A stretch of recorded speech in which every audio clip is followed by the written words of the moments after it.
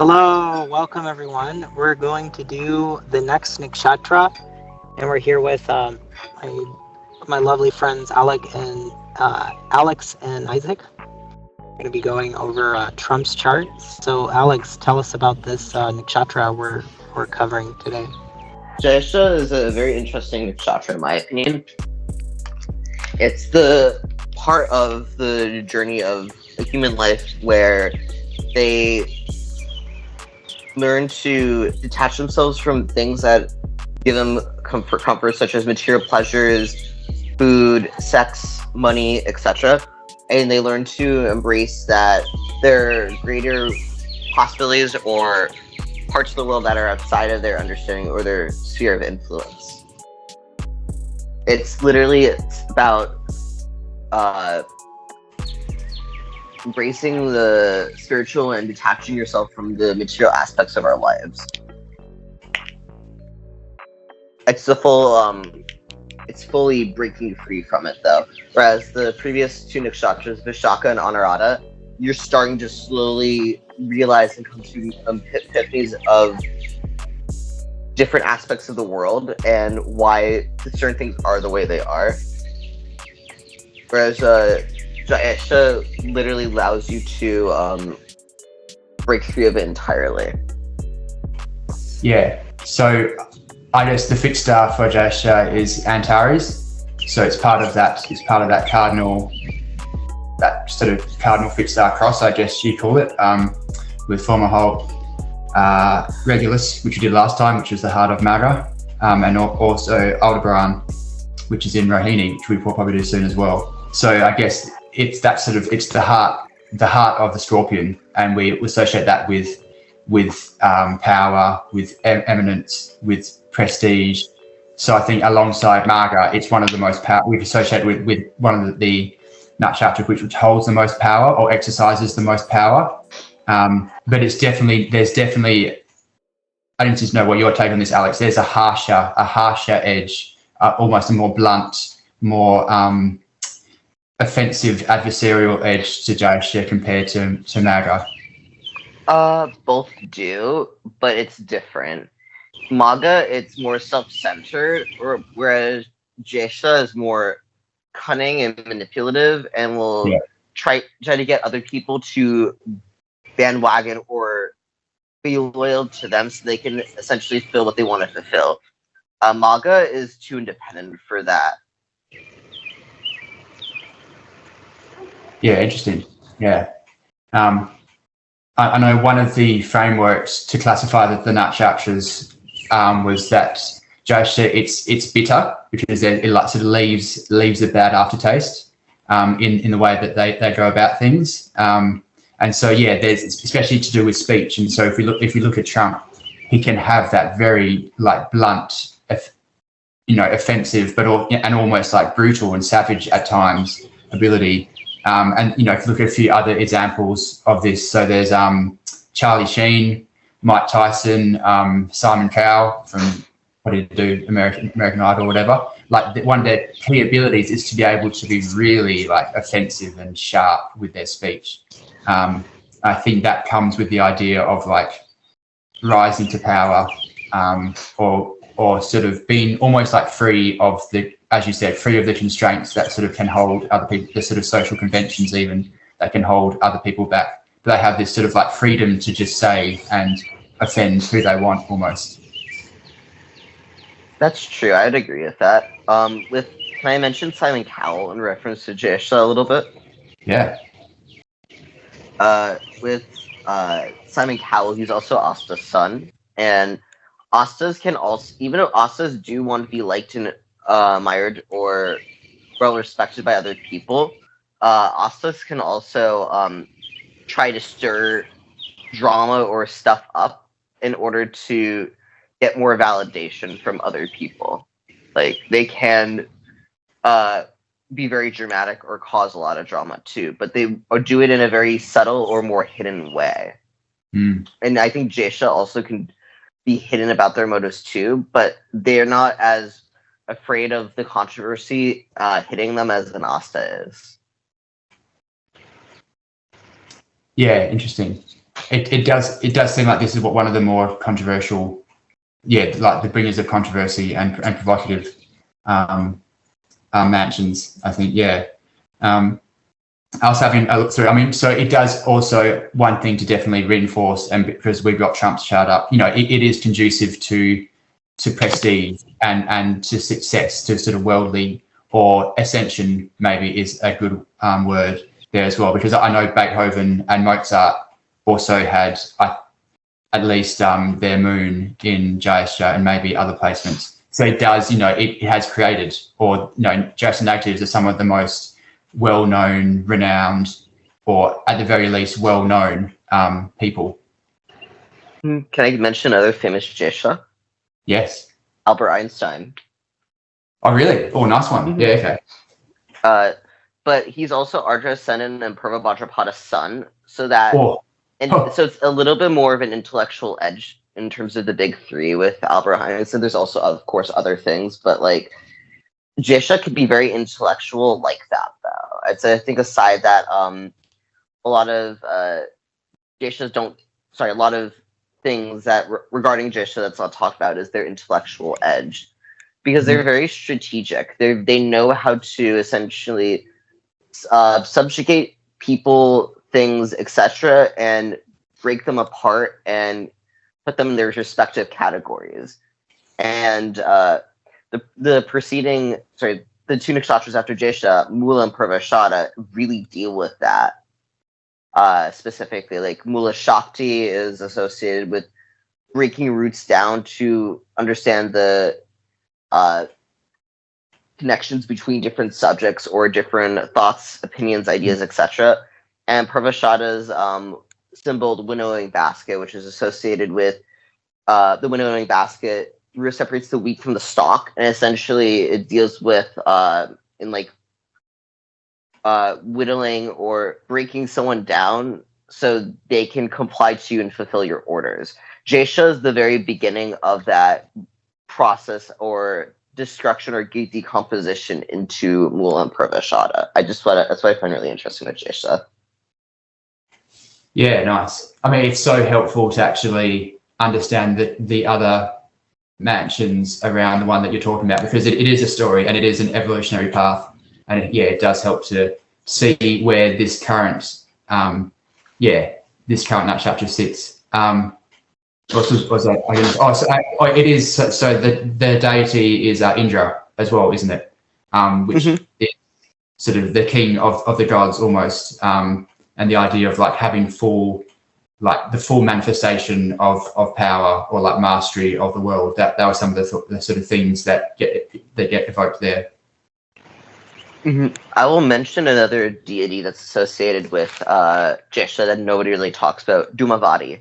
She's essentially just this very haggardly old woman, and she essentially represents the side of Jyeshtha where essentially one's focus on their appearance, height, weight, etc. slowly how do I say it? Not just rots away, but gets destroyed over a period of time. Jyeshtha is associated with being an elder or people who are of an elder stature. They're essentially supposed to grow into wise or mature leaders, and the sense of Jyeshtha's association with like age or being old, that it's kind of the age in like your mid 40s where you start to really question why you're doing what you're doing in life and to expand greater from it, like I mentioned before. But Dhumavati's in relation to aging is depicted as this old woman with no teeth, a wrinkled skin. She's essentially just described as like a hag or a witch, and it's essentially associated with the aging that is associated with Jyeshtha. What are the deities with Maga? The Petries. Yep. Oh yeah, we went over. How's this different from Maga? Jyeshtha and Maga are actually very similar in my opinion. Compared to, would you agree, Isaac? Yeah, definitely. And I think it's so fascinating that Trump has both of them. Because they complement, but they're a very potent, like power wielding, ambitious, just strong, and the ability to exercise power over this material dominion. I think they both have that in common. And I think Atlas gave a really good sort of overview of the subtleties between the two, and that Jyeshtha has that sort of cunningness about it. More intellectual probably is probably one way to put it than Maga. I would agree. Maga is like almost anti-intellect in a way, which makes it kind of intellectual since they're kind of in their own heads, and since they don't want to use their like heads to or be in their heads, it makes them focus on their intellect more. And Magas are very focused on trying to find quick and easy solutions to more complicated problems, but this could also lead the Maga to completely misunderstanding the situation and just acting on impulse, not caring about what happens afterward. That's where Maga can get its selfish reputation from. With Jyeshtha and Maga, they only act on their own volition or do whatever they feel like doing. And they both can cause a lot of trouble and stir a lot of trouble because of that. And they can rebel against different systems or structures that are in power or in control. So with Jyeshtha and Maga, their Ghana, or their ability to fear, love, or respect God, is not really there as much. It's part of the Rakshasa Ghana, specifically meaning God rebelling or God disrespecting. So Magas and Jyeshtas are only focused on what they want to do, and they're not necessarily focused on doing things for the greater good. Of course, there are Jyeshtha Magas that are exceptions and won't go against that to a large degree, but a good portion of Magas and Jyeshtas may only act on their own ambitions or their own desires at a young age, and hopefully they're supposed to grow out of it. But with Nakshatras, that energy is always there. It's always present with them, both in similar or different ways. Yeah, indeed. I think if we're thinking about, natives and, how we actually apply this to our lives. So as an example, I have Saturn and Uranus in Jyeshtha. So that's essentially, everyone, that's a generational placement, you might say. You can really sort of start to unpack some really interesting, like, generational archetypes by looking at the nakshatras of some of the slower-moving planets. So my whole year, which was 1987, essentially has Saturn and Uranus in Jyeshtha. So there's this sort of like slow burning like rise to power, a lot of restriction, but then this sort of this sort of sudden need to sort of flex authority or flex power, which comes from this Uranus Saturn dynamic there. And so I think there's a lot of undercurrent of like hostility and rivalry and just sudden outbursts, fights or disagreements in our sort of school friendship group, which was all this sort of Saturn in Jyeshtha dynamic. And so it's interesting how you can sort of see these generations play out, because before that it would have been Neptune. Neptune would have been sort of right near Antares, probably the start of the end of the 1970s. Trying to think of that. Yeah, so we really start to see we'll start to see it emerge, these different outer planet archetypes about how ambition or this sort of exercising, this sort of cunning, very intellectual exercising of power or ascent into powerful positions plays out. And I think the idea of humility and, avoiding excessive pridefulness is always important, but particularly for these two placements, and I think particularly for Jyeshtha, because you have this conditioning or this placement which leads you towards greatness, leads you towards prestige or high achievement. And so knowing that sort of puts the onus on you to keep that humble mindset more so than other than other nakshatras, I think. I agree with that. I think you also mentioned how the outer planets could also play a role with the nakshatra, which I don't see a lot of people doing, but like I'm not against that framework or that logic.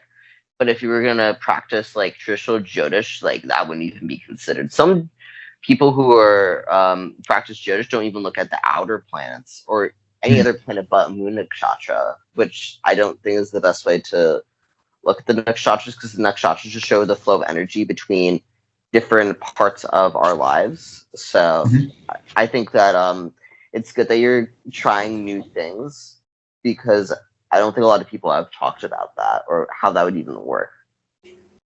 Yeah, I haven't seen much of it because it's it is. Yeah, you're right. It's a hybrid.